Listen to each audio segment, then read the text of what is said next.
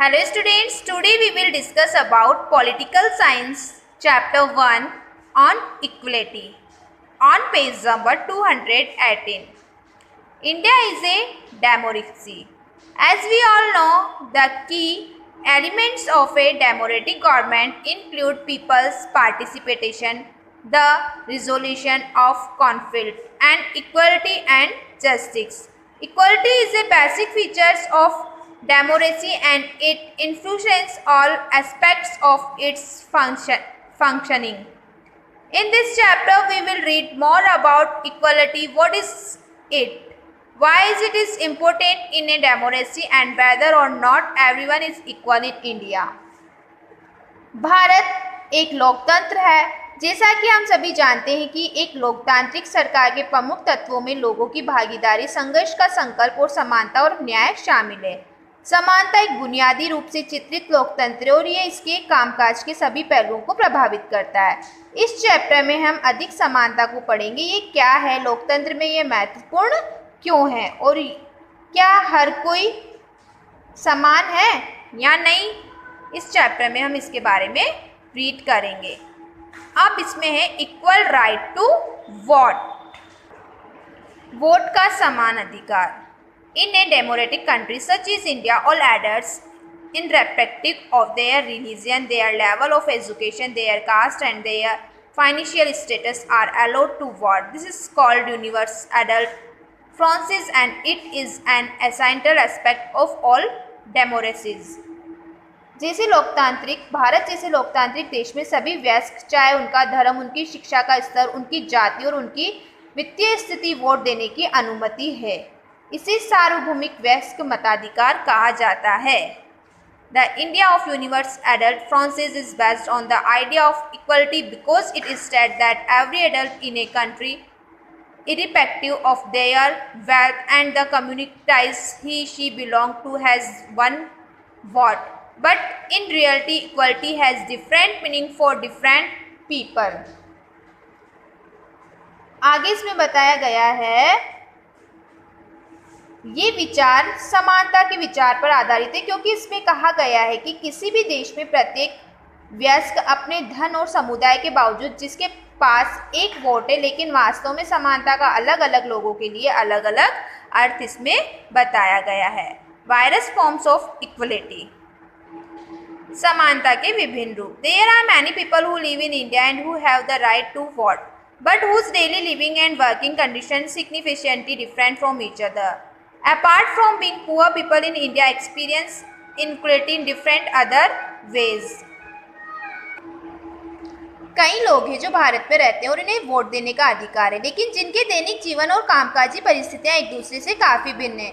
गरीब होने के अलावा भारत में लोग विभिन्न अन्य तरीकों से असमानता का अनुभव करते हैं। The following two stories given below will help us understand this more clearly. These are real stories and both tell us a lot about the different kinds of inequalities that exist in India.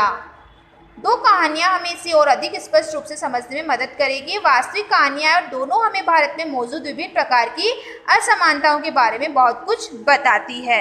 The caste system is one of the more common forms of inequality found in India. In rural India, caste identifies something that जाति व्यवस्था भारत में पाई जाने वाली असमानता के अधिक सामान्य रूप में से एक है। ग्रामीण भारत में जाति की पहचान कुछ ऐसी है। Now come to page number 219। Page number 219 पे स्टोरीज के बारे में बताया गया है कि वो 2 स्टोरियाँ कौन सी है। तो आप इनको सेल्फ रीड करेंगे, मैं इनको एक्सप्लेन करके आपको स्टोरी बता देती हूँ कि वो कौन सी स्टोरियाँ हैं।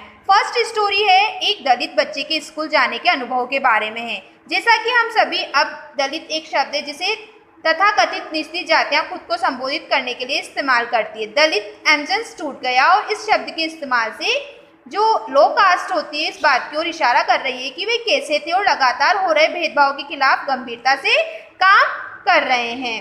ओम प्रकाश वाल्मीकि एक प्रमुख दलित लेखक है। अपनी आत्मकथा जुटान में वह लिखते हैं, मुझे कक्षा में दूसरों से दूर बैठना पड़ा और यह है कि फर्श पर चटाई में जिस स्थान पर बैठा था वहां पहुंचने से पहले भाग गया।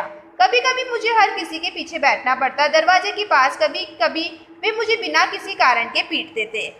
लो कास्ट के जो इसमें बताए गए हैं उनके बारे में एक ओम प्रकाश वाल्मीकि एक लेखक है, वो बता रहा है कि मेरी कास्ट ऐसी थी जिसके कारण मुझे क्या करना पड़ता था, बच्चों से दूर बैठना पड़ता था। वो बेवजह मुझे पीटते थे, जिस चटाई पे मैं बैठता था वहाँ से वह दूर भाग जाते थे। ऐसे वो अपनी स्टोरी बता रहा है। जब ओम प्रकाश क्लास 4th में थे, हेडमास्टर ने उन्हें स्कूल और खेल के मैदान में स्वीप करने के लिए कहा, मतलब सफाई करने के लिए कहा। वह लिखते हैं, खेल का मैदान मेरी छोटी काया की तुलना में बड़ा था और इसे खत्म करने में मेरी पीठ में दर्द होने लगा। मेरा चेहरा धूल से ढक गया था, धूल मेरे मुंह के अंदर चली गई थी। मेरी कक्षा के दूसरे बच्चे पढ़ रहे थे, और बच्चे तो पढ़ रहे थे, पर ओम प्रकाश क्या कर रहा था, सफाई कर रहा था, स्वीप कर रहा था। हेडमास्टर अपने कमरे में बैठे थे और मुझे देख रहे थे। मुझे पानी पीने की भी इजाजत नहीं दी उन्होंने। मैंने पूरा दिन स्कूल के कमरों के दरवाजों और खिड़कियों से अध्यापकों की आंखों से देखा। लड़कों ने ये तमाशा देखा। ओम प्रकाश को अगले कुछ दिनों के लिए स्कूल और खेल के मैदान में स्वीप करने का आदेश दिया गया था, और ये तभी समाप्त हुआ जब उसके पिता, जो संयोग में एक दिन गुजर रहे थे, उन्होंने अपने बेटे को स्कूल के फर्श पर झाड़ू लगाते हुए देखा। वह शिक्षकों के सामने आए और फिर ओम प्रकाश का हाथ पकड़े हुए स्कूल से दूर चले गए। उन्होंने उसका हाथ पकड़ा और स्कूल से उसे ले गए। उसने सभी से सुनने के लिए एक मजबूत आवाज में कहा, आप एक शिक्षक है, अब मैं जा रहा हूँ, लेकिन इस मास्टर को याद रखें, यही पढ़ेगा इस स्कूल में, और सिर्फ उसे ही नहीं बल्कि उसके बाद और भी कुछ होगा। ठीक है, ये तो इनकी फर्स्ट स्टोरी थी। फर्स्ट स्टोरी में ओम प्रकाश के बारे में बताया गया है। अब जो सेकंड स्टोरी है वो देखिए। डियर स्टूडेंट्स, सेकंड स्टोरी अब हम नेक्स्ट वीडियो में बताएंगे। जब तक आप फर्स्ट स्टोरी को रीड करिएगा। Okay, thanks.